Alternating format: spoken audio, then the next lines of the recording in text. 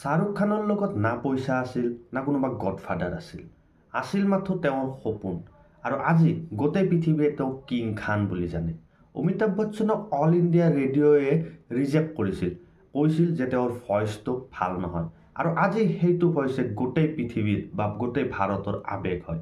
APJ Abdul Kalam ছাৰৰ news paper বয়ৰ পৰা ভাৰতৰ ৰাষ্ট্ৰপতিলৈকে যাত্ৰা আমি সকলোৱে জানো। এটাও ফেইলিয়াৰে তেওঁক ৰখাব নোৱাৰিলে। ৰতন টাটা ছাৰৰ যেতিয়া নেনো প্ৰজেক্ট ফেইল হৈছিল তেতিয়া সকলোৱে তেওঁক আণ্ডাৰ এষ্টিমেট কৰিছিল, কিন্তু তেওঁ প্ৰত্যেকবাৰ কামবেক কৰিছিল আৰু তেওঁ দেখুৱাইছিল যে failure is not final. JK ৰলিংছক 12 বাৰ পাব্লিচাৰে ৰিজেক্ট কৰিছিল আৰু তেওঁৰ হেৰি পটাৰ ছিৰিজ আজিৰ দিনত $1 বিলিয়ন এটা ব্ৰেণ্ড হয়।